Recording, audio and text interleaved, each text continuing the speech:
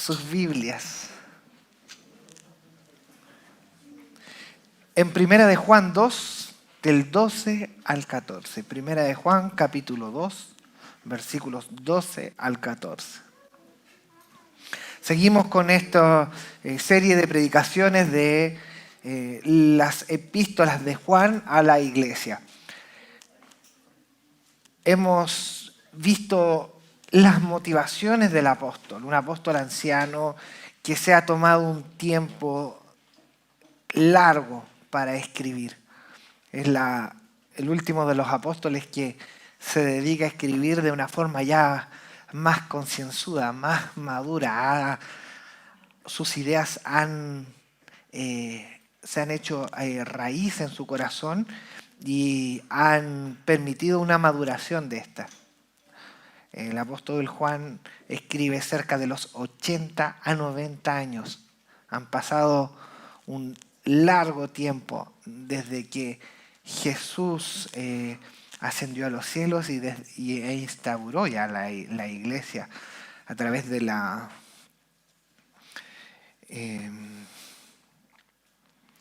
llenura del Espíritu Santo ahí en Pentecostés. Y Juan, como hemos visto, ha enfrentado algunas problemáticas en ese tiempo y ha escrito respecto a la iglesia, respecto a esas problemáticas. Primera de Juan 2, del 12 al 14, dice: os escribo a vosotros, hijitos, porque vuestros pecados os han sido perdonados por su nombre. Os escribo a vosotros, padres, porque conocéis al que es desde el principio. Os escribo a vosotros, jóvenes, porque habéis vencido al maligno. Os escribo a vosotros, hijitos, porque habéis conocido al Padre. Os he escrito a vosotros, padres, porque habéis conocido al que es desde el principio. Os he escrito a vosotros, jóvenes, porque sois fuertes y la palabra de Dios permanece en vosotros y habéis vencido al maligno. Es como que, si lo leo de nuevo y lo leo rápido, es como que estuviera repitiendo lo mismo. ¿Ya? Es como que hubiera leído el mismo pasaje 2 veces. Y puede incluso hasta hacerse un trabalengua respecto a este pasaje. Pero tiene una idea, Juan, y ¿por qué hablaba de la maduración de las ideas? Porque él pretende impregnar en quien lee esta carta, en las iglesias, una idea de forma profunda. Y por eso es tan repetitivo. Por ahí en los colegios, cuando nosotros estamos aprendiendo alguna materia, los profesores como que pasan la materia y vuelven a pasarla y tercera vez y después preguntan: ¿a alguien le quedó la duda? Y los niños dicen sí o no, dicen, pero más de alguno se quedó ahí como un poco colgado, ¿no? Con la idea que no lo entendió. Pero Juan, efectivamente, siendo tan anciano, siendo un hombre que tiene sus ideas ya tremendamente desarrolladas, ha profundizado en el mandamiento de Jesús, él ha profundizado en la obra de Jesús, es porque decide repetir tantas veces la misma idea. Pero vámonos nuevamente, como lo hacemos todos los domingos, a ver cuál es el contexto. El contexto yo creo que ya debiésemos manejarlo de memoria, pero como tal profesor, si el apóstol Juan nos repite las cosas y leyendo esta escritura me la siento como que me la estuviera diciendo a mí, vuelvo a repetirles las ideas. Juan vive en la problemática del primer siglo, ya con una iglesia establecida en gran parte del mundo conocido, principalmente en el Asia Menor.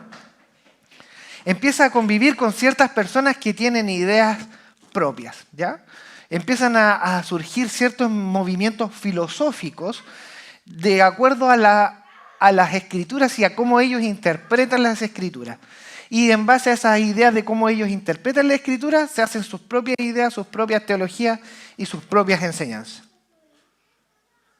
Puede parecer que como que le estuviera hablando de hoy en día, pero imagínense que esto le estoy hablando del primer siglo, para que vean que son osadas las herejías y tienden a repetirse, a reciclarse. Dentro de las ideas que estos hombres expresan, es que Jesús en realidad no vino en la carne, vino como un ser espiritual, como que bajó una luz y se apareció y le habló a todo el mundo. ¿Ya? Si ustedes encuentran cualquier similitud con alguna otra religión, bueno, de aquí vienen, no es algo nuevo.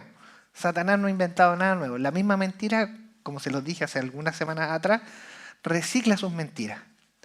Las muestra de otra forma, pero siendo exactamente las mismas. Jesucristo no vino en la carne. Vino así como una nube, un ente, como una luz. Este pensamiento lo lleva a expresar el dualismo. Y la expresión del dualismo o la idea del dualismo es que todo lo físico, todo lo carnal es malo. Y este envase corpóreo, este envase carnal es pecaminoso. Ahí está todo el mal radicado, pero adentro este envase, este envoltorio, contiene el espíritu y el espíritu es el bueno.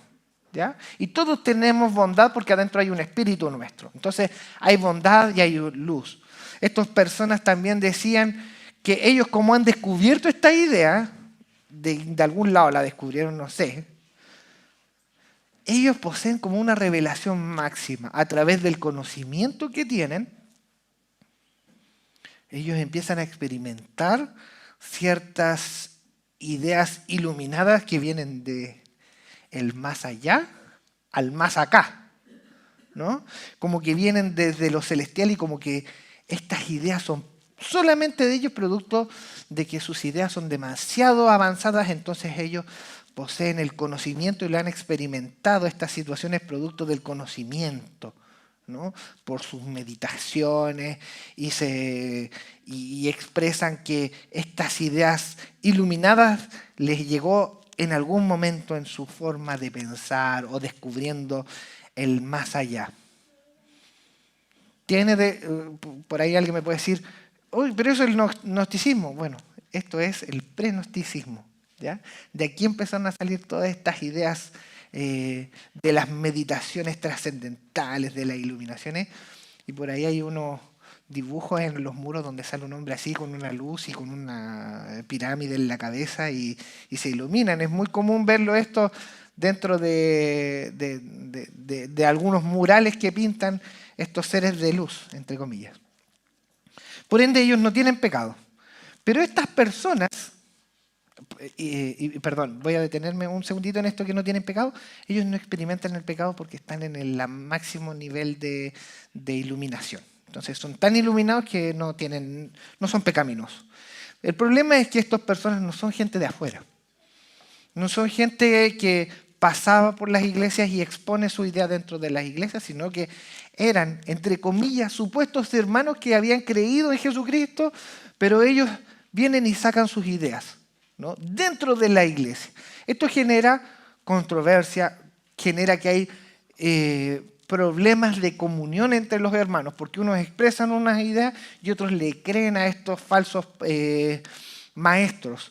Y esta comunión que se estaba viviendo, esta comunión que inició en el libro de los Hechos entre los hermanos que todos lo tenían en común, que se amaban de una forma tremenda, estas ideas empiezan a contaminar la comunión de la iglesia.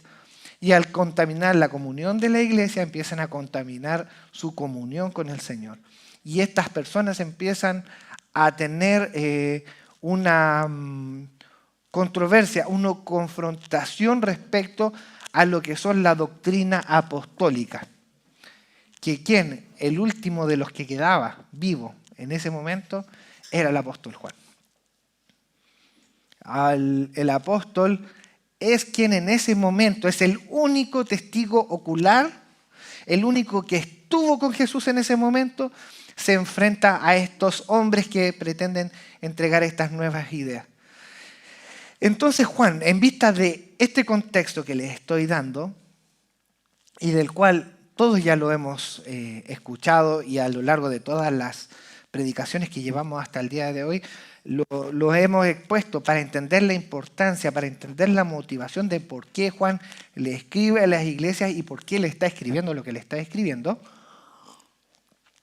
Es que, digámoslo así espiritualmente, Juan saca uñas, saca dientes y empieza a defender a la iglesia, a los hermanos, al testimonio de Cristo que él vio y con el cual él estuvo y él caminó y él tocó, él palpó, él tuvo las experiencias físicas con Jesús, lo vio caminar, anduvo con él, es que empieza a defender a la iglesia, a la doctrina, a los mandamientos y a toda la obra de Jesús respecto a estas falsas enseñanzas. No eran movimientos pequeños que fueron sofocados, sino que esta iglesia grande, y es un conjunto de iglesias, no es una iglesia, son muchas iglesias que empezaron a tener este problema. Juan empieza a defender la fe y los hace pedazos, los destroza. ¿Por qué los destroza? Porque es distinto cuando alguien fue un testigo presencial que alguien que cree o que interpreta de alguna manera un hecho histórico. ¿Se han fijado cuando alguien llega y presencia, no sé, un accidente de tránsito y lo cuenta como testigo y después cómo queda la versión de cuando a alguien le contaron que hubo un accidente de tránsito? Podemos contrastar las versiones y son totalmente distintas. En la versión fue, el tipo viene, se pasó de velocidad y lo chocó por atrás, listo. Pero cuando empezamos a contrastar con otros pseudo testigos o el que me contó, que me contaron, que me dijeron que empezó así la cadena para atrás, nos damos cuenta que el auto volcó, chocó, se incendió, se metió en una casa y podemos terminar en una barbarie terrible. Entonces, esa idea que les planteo es lo que Juan vive. Es decir, a mí nadie me lo contó que Jesús estuvo en medio de nosotros. A mí nadie me dijo que Jesús era carne. Yo lo vi sangrar, yo lo vi caminar, yo lo vi comer. O sea, lo vio de forma presencial y fue las experiencias de Juan, que era el único apóstol que quedaba vivo en ese momento y de los testigos directos de oculares que estuvieron con Jesús.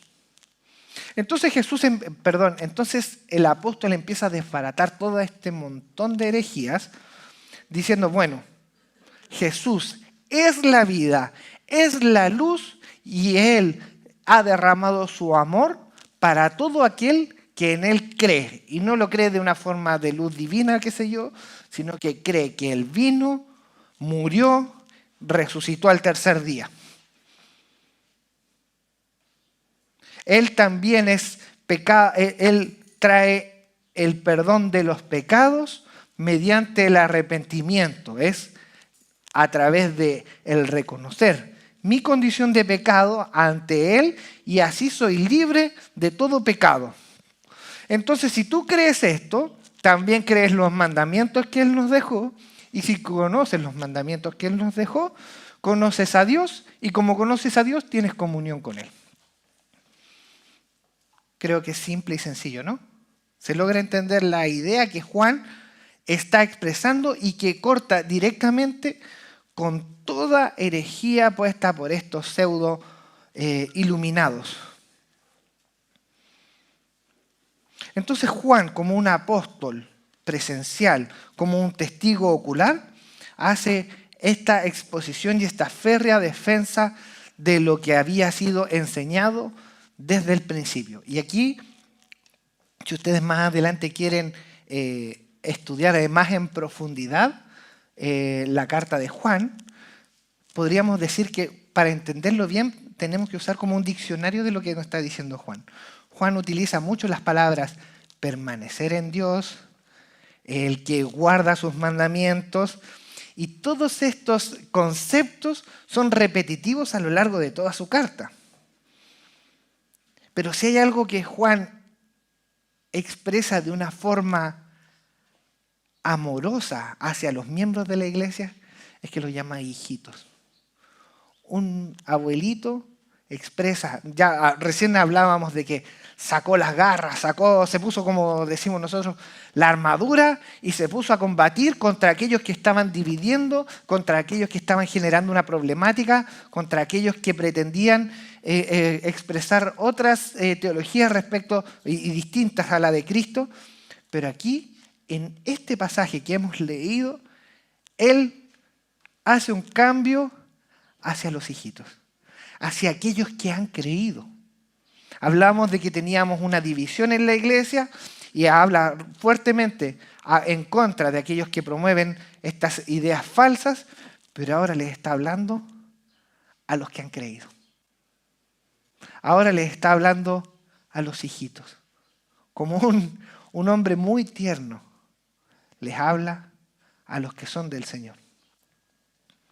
Y les llama hijitos porque su conducta expresa ciertas actitudes. Obedecen a Dios porque le aman. Aman a Dios y por eso le obedecen. Es como un trabalengua, es algo como una cosa lleva a la otra. Obedecen a Dios porque le aman. Porque le aman, obedecen a Dios. Y como cumplen estos dos requisitos, guardan sus mandamientos. Y el guardar sus mandamientos es que lo han entendido y ejecutan en todas las obras de su vida los mandamientos que Jesús les ha dado. Esto quiere decir que sus vidas están en una constante comunión con el Padre.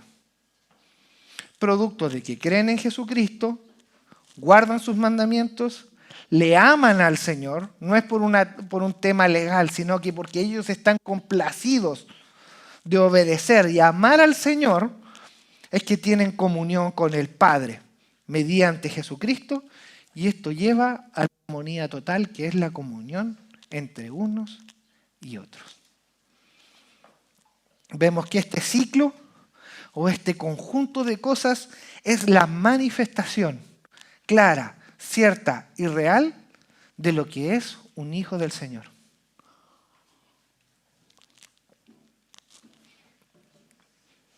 ¿Cuántos han escuchado esta expresión?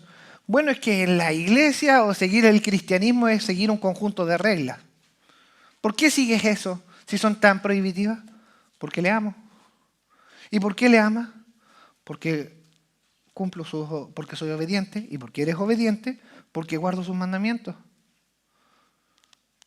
Se fijan que es una armonía total entre lo que yo digo y hago, y todo está basado en el amor. No está basado en una conducta legalista.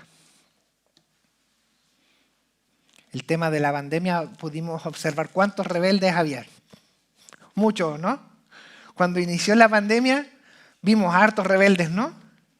Los que salían sin mascarilla.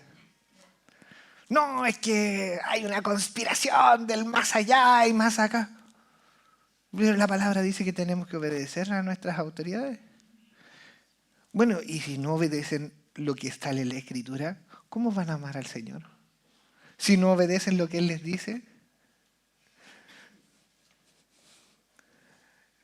Nosotros hablamos de que cumplimos con todas las disposiciones que nos ha puesto el gobierno, y no a nosotros como pueblo cristiano, sino que en reuniones de grupo de muchas personas. No podemos hablar de persecución porque no lo están haciendo en contra de nosotros, sino que esto es en muchas áreas. Y pedimos ciertas... el gobierno nos exige ciertas condiciones para poder reunirnos y nosotros las cumplimos. Aquí en esta iglesia lo hacemos, pero quizás en otras están los rebeldes. No, es que yo no quiero porque aquí el gobierno manipula. Bueno, el Señor, ¿quién es más importante? ¿El Señor o el gobierno que qué sé yo, que tiene una acuerdo, conspiración con grandes empresas y qué sé yo? Si no son capaces de guardar lo que el Señor les está mandando a través de la Escritura, que es obedecer a las autoridades, ¿cómo van a decir que lo aman a Él? ¿Cómo van a decir que conocen al Padre? Es contradictorio incluso. Sobre todo en este tiempo hemos visto la manifestación de muchos rebeldes que no son capaces de someterse. Pero Juan hoy les está hablando a aquellos que sí tienen esta conducta impregnada en su ADN. aquellos que han cambiado, no voy a decir como que añadieron hábitos del Señor a lo que era sus vidas, sino que aquellos que han sido transformados por el poder del Espíritu Santo desde lo más profundo de su ser. Aquellos que a través del poder transformador de Dios han transformado su naturaleza. Aquellos que han nacido de nuevo. No que añadieron un montón de cosas a lo que ya eran, sino que aquellos por convicción profunda que ha sido dada por el Espíritu Santo han sido transformados por la sangre de Cristo. A eso se refiere el apóstol Juan. Cambiamos el foco. Ahora se dirige a aquellos que son parte de la iglesia. Y les habla con otro tono. Maravilloso. Les dice, hijitos. ¿Cuántos se identifican con este sentir de Juan? ¿Cuántos que aquellos que alguien les pueda, o que el Señor cuando les dice hijitos, levantan la mirada o atienden un llamado? Si el Señor hoy día dice, hijitos, vengan conmigo, ahora vámonos. ¿Cuántos levantarían la cabeza y dirían, me está hablando a mí? Me está diciendo a mí. Porque tu conducta es distinta, tu conducta está impregnada por la sangre de Cristo y su obra, porque en ti hay amor hacia Él. Hijito, llamado de atención, a ustedes les estaba escribiendo el apóstol Juan, a la congregación, que no ha sido trastocada ni se ha dejado influenciar por estos movimientos filosóficos, pseudo-iluminados. Hijitos, a vosotros os escribo porque vuestros pecados os han sido perdonados por su nombre. ¿Cuántos han sido perdonados por el nombre del Señor? Qué increíble declaración del apóstol Juan, decir, usted ha sido perdonado, por eso tiene la potestad de ser llamado hijo de Dios. O sea que al que me está llamando, si yo me siento identificado como un hijo, es porque toda mi transgresión, toda mi maldad, toda mi condición de pecado ha sido transformada y ha sido perdonada por el poder del Señor. Esta es una declaración muy breve, pero poderosa. Tú has sido perdonado por el nombre del Señor.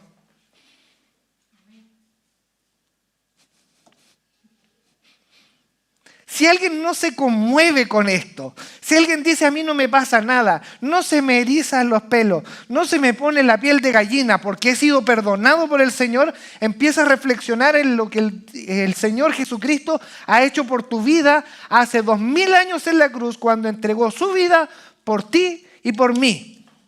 Yo no puedo mantenerme inmóvil, no puedo mantenerme frío como un bloque de hielo al decirme el Señor que yo he sido perdonado. ¿Perdonado de qué? Si yo soy tan bueno. Eso es lo mismo que decían ellos, estos falsos maestros. Pero si yo soy un ser de luz, ¿de qué necesito perdón? De efectivamente eso que estás pensando, de pensar que eres bueno. Porque la misma Escritura dice que no hay bueno ni aún uno. Entonces, si yo estoy dentro de ese grupo, necesito un perdón. Y ese perdón me fue otorgado en la cruz del Calvario. Fue puesto delante de mí y el día en que yo dije, tienes toda la razón, Señor. Soy inmundo delante de ti. Inmundo. No percudido, medio pasado. No, soy inmundo delante de ti y necesito que me perdones de mis pecados. ¿Y saben lo que pasa? Esto es maravilloso. Esto es maravilloso que mis pecados han sido perdonados y a través de esto soy una nueva criatura. Isaías 44:22 habla de que qué pasa o qué piensa el Señor respecto con mis pecados cuando soy perdonado. ¿Saben qué dice? Son deshechos como la niebla. Y además en Isaías 43:25 dice que el Señor no se acuerda más de ellos. O sea que cada vez que yo voy al Señor y le digo, Señor, perdón porque he pecado contra ti, perdón porque he ido en contra de tus mandamientos, y recibo automáticamente el perdón de mis pecados, y estos pecados son deshechos, son soplados por el Señor y se desvanecen, y además no se va a acordar de ellos. Cosa muy distinta que hace Satanás, que cada vez que puede te recuerda tus pecados. Satanás tiene un juego terrible, diabólico, satánico, diabólico en tu mente, cuando te dice cosas y tú empiezas a prestarle atención a esto. Es el campeón de minimizar el pecado antes de que lo cometas, pero una vez que los cometes, te los maximiza. ¿Qué quiere decir esto? Antes, ¿quién se va a dar cuenta? Estáis tú solo. Mira ese video, si estáis solos, nadie lo va a ver, tú nomás lo vas a ver. Están estas cuentas, recórtate un cachito, una puntita para ti, si no, va a pasar piola, te minimiza el pecado. Pero cuando lo cometes te va a decir, ¡ay, qué feo lo que hiciste! ¿Y así te llamas cristiano? ¿Así te llamas hijo de Dios si has cometido esa barbaridad? Miren la mentira para grande. Antes y después cambia nuestro sentido del pecado. Trastoca y juega con nuestra mente. Ese es Satanás. Pero la palabra dice, hijito, tu pecado ha sido perdonado, eres libre, te deshago tus pecados y no me voy a acordar nunca más de ellos, y además estás inscrito en el libro de la vida y tienes vida eterna conmigo. ¿Qué pasa con el pecado ante la declaración de Dios? No es nada, amados. El Señor Jesús resolvió el problema más grande que teníamos como humanidad y como persona individual, cada uno de nosotros, que era la muerte producto del pecado. Bueno, les digo que ese es el problema más grande que usted puede tener en su existencia. Ya se lo resolvió el Señor muriendo en la cruz por usted. Esto que el pecado te ha sido perdonado, implica que conoces al Padre, y por eso qué maravilloso esto. La cortina que separaba el lugar santísimo fue rasgado de arriba a abajo. Tienes acceso directo, puedes entrar confiadamente ante el trono de la gracia del Señor, producto del poder de Jesucristo en la cruz, al perdonar tus pecados. Lo volvieron a coser, lo volvió a rasgar. Y eso somos nosotros. Volvemos a coser lo que el Señor ha abierto. Volvemos a tapar el camino que el Señor nos abrió. Pero el Señor los deshace como la nada. A eso se está dirigiendo el apóstol Juan, a los hijitos que sus pecados le han sido perdonados. Porque se reconocen como pecadores y cada vez que van al Señor reciben, experimentan ese gozo que el Señor te da en tu vida cada vez que te arrepientes y reconoces tu condición. Ese es el Dios en el cual ustedes creen. Ese es el Dios al cual del apóstol Juan nos habla, y a eso se refiere, a los hijitos.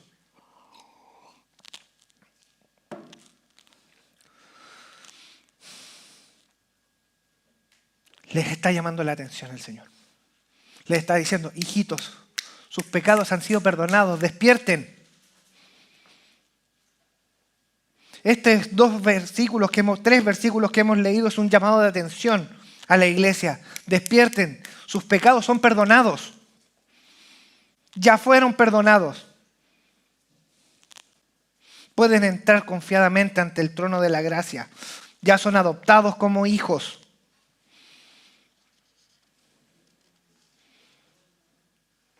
Padres. ¿Cuántos son padres acá? Ahora que son hijitos, ok, vamos a hacer la subdivisión. Padres. Juan le está llamando la atención también. Le está diciendo, hey, padres, conocen, ustedes conocéis al que es del principio, y después en el versículo 14 les vuelve a decir, os he escrito a vosotros padres porque habéis conocido al que es del principio. Ustedes conocen al que es del principio y habéis conocido al que es del principio. Este es el juego de palabras, como el trabalenguas que se repite. Les está llamando la atención Juan. Está reiterando una idea. Ustedes conocen al que es del principio. Ustedes ya tienen los fundamentos. Ustedes, padres, dentro de sus casas, ustedes ya manejan el fundamento. Ya manejan lo principal. Ustedes conocen. ¿Qué conocen? ¿Al Señor? Sí. ¿Y conocen la doctrina del Señor? También. O sea, conocen al que es del principio y las cosas que les ha dicho Juan a lo largo de toda la carta, lo que llevamos desde el principio. ¿Y cuáles? Los mandamientos. Ustedes ya los tienen asimilados. Ustedes, el Señor ya les metió toda esa información en su mente y su corazón. Ustedes ya lo conocen. Les llama la atención. ¿Y por qué Juan hace este llamado? ¿Se han fijado que hay personas que están dentro de las iglesias y nunca crecen? Como que hablan de lo mismo, se manejan con 2 o 3 versículos y con eso viven para el resto de su vida. Y uno les pregunta algo, no sé, llevan décadas dentro de la iglesia y nunca avanzan. Pablo les llama, en la carta de los Corintios, les llama la atención, le dicen, ustedes ya debiesen estar en este nivel y me doy cuenta que son como niños, les dice.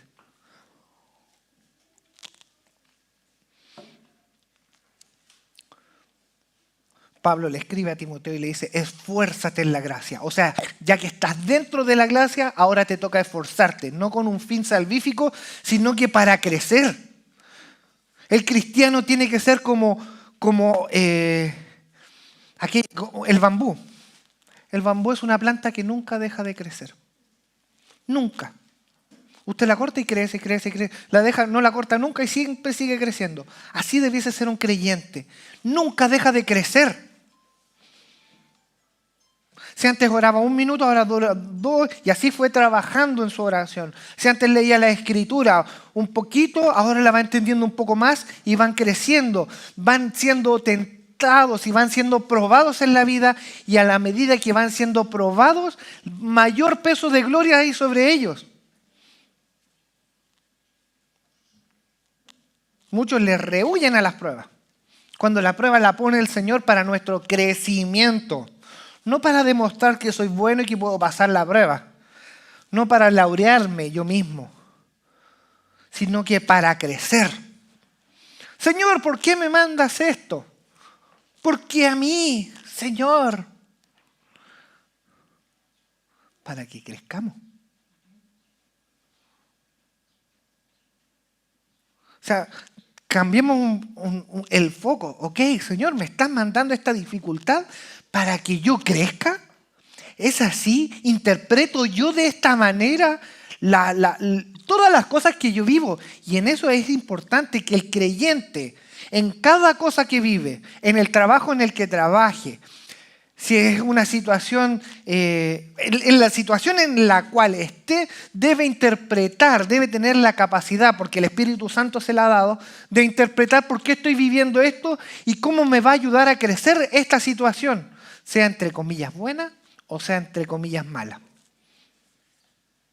Porque el amor del Señor va a estar fiel y firme a mí. Ni la vida, ni la muerte, ni ninguna otra cosa creada nos va a separar de su amor. Esa es la garantía que tenemos. Pero crezcamos en el Señor. Padres, esto es lo que nos está diciendo Juan. Ustedes conocen al que es en el principio y lo conocieron. Entonces crezcan, esfuércense. Si tenemos una familia de padres que se han esforzado en la gracia, se han esforzado en el Señor ante cualquier cualquier problema, ante cualquier tormenta los va a sostener, porque construyeron sobre la piedra. Por eso el llamado primero es a los padres. Por eso este juego de palabras que les dice 2 veces, no una vez, sino que les reafirma 2 veces. Conocieron al que es del principio y lo conocen. Crezcan. Guarden a sus familias en el temor del Señor. En el mandamiento que es en el principio y que fue dado hasta el día de hoy. Esto les permite no solamente cuidar y sostener a sus familias, sino que a los más pequeños, aquellos que se inician en la fe. Cada vez que alguien tiene una dificultad, uno llama a un hermano que le lleva canas en la fe, que va a hartos metros más avanzado y dice, hermano, estoy pasando esta situación. ¿Qué crees tú? Y uno lo escucha y es una sabiduría tremenda.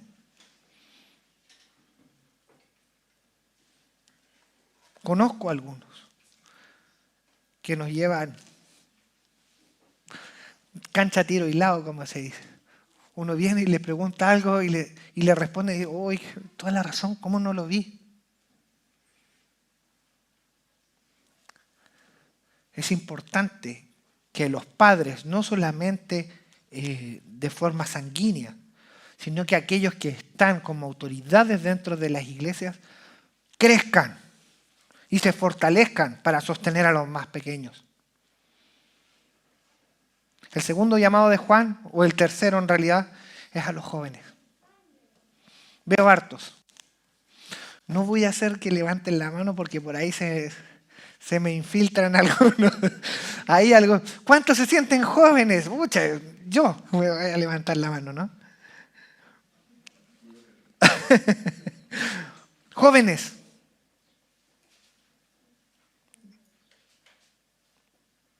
Ustedes son fuertes, le dice el apóstol Juan. Fuertes. ¿Por qué? Propiamente por el vigor de la juventud. A los 15 años me invitaban a jugar 2, 3 pichangas, iba. Ahora uno ya estoy pidiendo la hora ya en los últimos minutos. Cambio pido. El vigor de la juventud está en ustedes, en aquellos que son más jóvenes. Tiene un valor y el Señor se los ha entregado. Pero se los ha entregado con un fin, no porque sean jóvenes, porque sean jóvenes.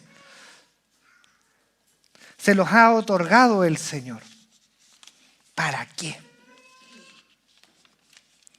Tengo la capacidad de interpretar por qué soy joven en esta iglesia, en este lugar.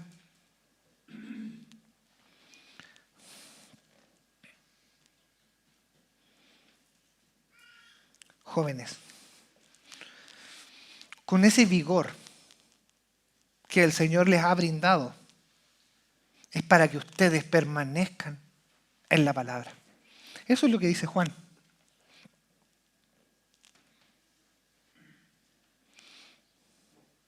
La palabra de Dios permanece. No es que Él vino y se fue. Vamos a entrar en la presencia. ¿Cuánto escuchamos? Hermano, en este momento vamos a entrar en la presencia del Señor. Termina el culto y salimos de la presencia del Señor. Estoy en la presencia del Señor, así, ojos cerrados, manos arriba. Me distraje con algo, me salí. No es un juego de entrar y salir. ¿Cómo se llama este? Que pasan amarillo, rojo, que es como un juego que hacen los niños, ¿no? Que se pasan de un lado, mar, tierra, así estamos, pasándonos de un lado para otro. Ustedes permanecen en la palabra. Juan está hablando a los jóvenes de la congregación. Permanezcan en la palabra. Por eso el Señor les ha brindado el vigor de su juventud, para que permanezcan en la palabra. Pongan todas las fuerzas que el Señor les ha dotado para empezar a leer y a sumergirse en el Señor. A empezar a estudiar, a empezar a aprender, empezar a desarrollar su mente, empezar a trabajar en ella, empezar a pensar, a prepararse para lo que viene, para las responsabilidades que van a tener, Porque la Escritura está todo para un joven. Está toda la vida de todo lo que pasamos a cualquier ser humano de cualquier lugar del mundo, de cualquier tiempo. Está escrito en la Biblia todos los consejos, todas las cosas que te van a pasar y cómo las puedes superar, avanzar, aprovechar. Es por eso que con el vigor de tu juventud, sumérgete en el Señor. Entrégate en un 100%. ¿Qué hace esto? ¿Qué logras con esto? ¿Cuál es el objetivo? Que han vencido al enemigo. 2 veces les dice Juan, han vencido al enemigo. Han encontrado la victoria. ¿Y la victoria ante qué? Mire, hermanos, usted prenda la televisión y se va a dar cuenta de toda la influencia satánica y diabólica que hay para los jóvenes y para los niños. Compre una revista de lo que quiera. Y en cualquier revista, a los jóvenes, a los niños se los está induciendo a la inmoralidad sexual, a movimientos filosóficos, que ahora tenemos que ser pro-inclusivos, solo se vive una vez. Aprovecha esta vida porque solo se vive una vez y después nadie se va a acordar de ti.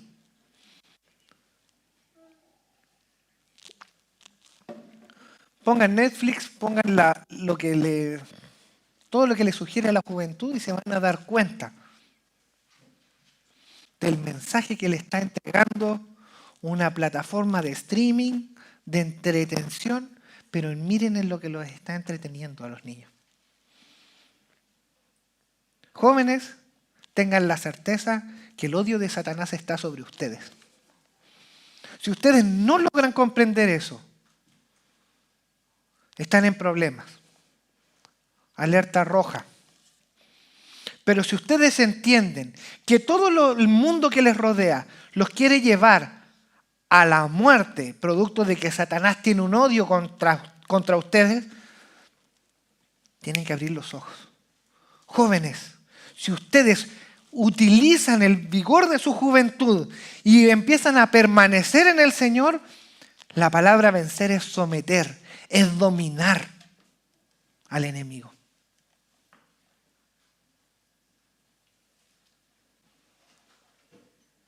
Ustedes pueden vencer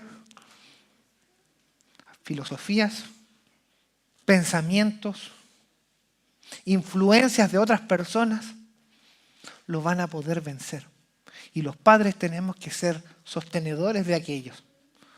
Cuando los jóvenes flaquean, van a empezar a encontrar victoria desde pequeños.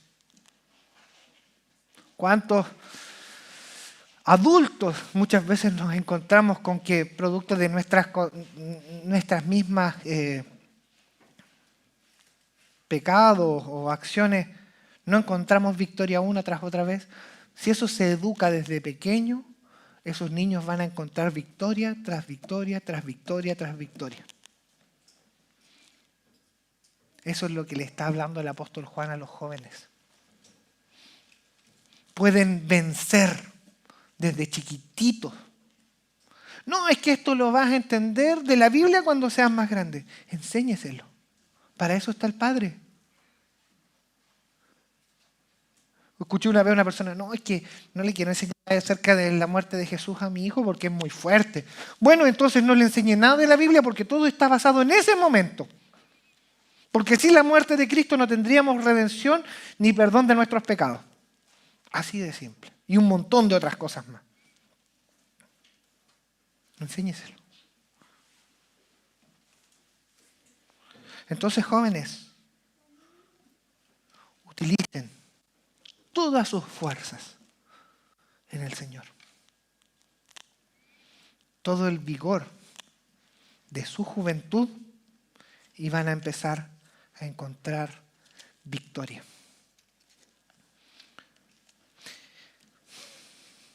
Todo esto lo podemos encontrar en el Señor. Todas estas cosas que yo les he hablado todo este rato, no hay otra forma que ustedes las puedan hacer. Bueno, voy a empezar a través del hábito. No. Todas estas cosas son porque el Señor nos ha entregado por gracia. No por nuestro mérito, como recién lo cantábamos, los méritos. No por nuestro mérito, no por nuestras fuerzas, sino que por el poder del Espíritu Santo y de Jesucristo, quien venció a la muerte y resucitó. Todas estas cosas están sometidas al Señor. Y Él es el que, por su gracia, se le ha placido entregarlas a sus hijitos. O sea, a cada uno de ustedes. Hermanos, tengamos este despertar, atento. Muchos nos dormimos en la vida espiritualmente. O nos quedamos por nuestra zona de confort. Pero el apóstol Juan nos está diciendo a ustedes les estoy escribiendo, no a otros, a ustedes. Sus pecados han sido perdonados. Conocen al Padre. Deben crecer. Jóvenes, el vigor de su juventud, inviértanlo en el Señor. Y van a encontrar victoria. Todo esto a través de nuestro Señor Jesucristo. Y no a través de nuestras formas, nuestras armas o lo que nosotros creamos que es lo mejor. Solo a través del Señor. Solamente en Cristo. Hermanos, este es el llamado que el apóstol, y no que el apóstol Juan, el Señor mismo le está haciendo a cada uno de ustedes. Si ustedes son hijitos del Señor, atenderán el llamado. Este llamado de alerta, este llamado de atención, este llamado de despertar, lo atenderán. Porque este llamado es para los hijitos. ¿Ustedes hijitos? Yo sí. Si me dicen, ustedes hijitos, amén. Yo sí lo siento. Tengo la certeza en mi corazón que el Señor me lo ha dado. El Espíritu Santo lo pone en mi corazón. Levanto la mano hasta este llamado y empiezo a ponerme las pilas. Porque tengo un enemigo que no descansa, que busca mi vida.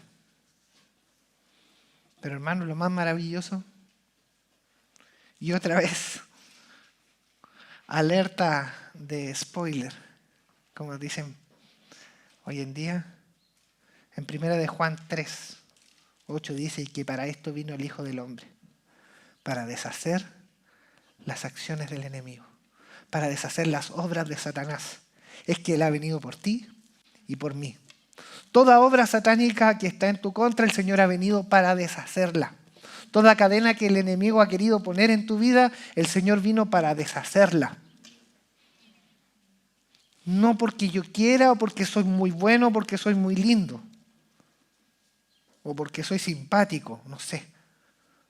Sino que solamente por su gracia el Señor ha venido a rescatarte y a liberarte de cualquier ataque del enemigo a tu vida. Hermanos, espero que este mensaje haya sido de bendición para ustedes como lo ha sido para mí. Vamos a orar. Padre Celestial, gracias porque enviaste a tu Hijo Jesucristo por mí, Señor, por mis hermanos, por los que están aquí en la Iglesia del Milagro, por los que están en otras iglesias, por los hermanos que estuvieron antes, Señor, y por los que serán añadidos, Señor. Por ellos viniste, deshiciste toda obra demoníaca, Señor. Con el poder de tu sangre, por tu sacrificio, Señor, nuestras cadenas cayeron, Señor. Todo yugo demoníaco fue podrido por el poder de tu evangelio, Señor. Y te doy las gracias por eso. Te agradezco profundamente, Señor, por esta obra tan grande que has hecho con nosotros. Señor amado, perdónanos si hemos menospreciado en alguna manera, si Si hemos encontrado tan rutinario esto de pedir perdón, Señor, pon en nosotros ese dolor, Señor, cada vez que pecamos. Ese sentir amargo, Padre, en el corazón cuando cometemos alguna falta contra ti. Y que es tan simple, Señor, de que pase, solamente, Señor, yendo y diciendo: Padre, he cometido pecado contra ti y me arrepiento. Es ahí, Señor, donde la obra de Jesucristo me limpia. Señor, permíteme tener una mayor valoración. Permítenos, Señor, a todos valorar que mis pecados fueron perdonados y que mi nombre está inscrito en el libro de la vida. Que esta vida no se trata de solo se vive una vez, así que aprovéchala, sino que solamente en ti tengo vida eterna y que ahí, Señor, puedo vivir la plenitud en ti, Señor. Padre Celestial, gracias por este llamado de atención a tus hijos, Señor. Aquellos que hemos sido adoptados por ti.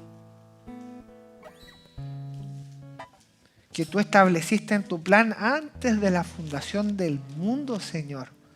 Antes de eso tú me amaste y estableciste un plan para nosotros, Señor. Para cada persona de manera individual. Y hoy nos congregamos porque tú, Señor, antes de todas las cosas, ya lo habías establecido. Señor, permítenos, Señor, que en todo seamos el centro hacia ti, Señor. Nuestros pensamientos hacia ti, nuestro corazón hacia ti, nuestra mente hacia ti, arraigados, Señor, profundamente. Y que aunque vengan vientos recios, Señor, aunque acechen las tormentas, no nos movamos. Porque tú nos sostienes, Señor.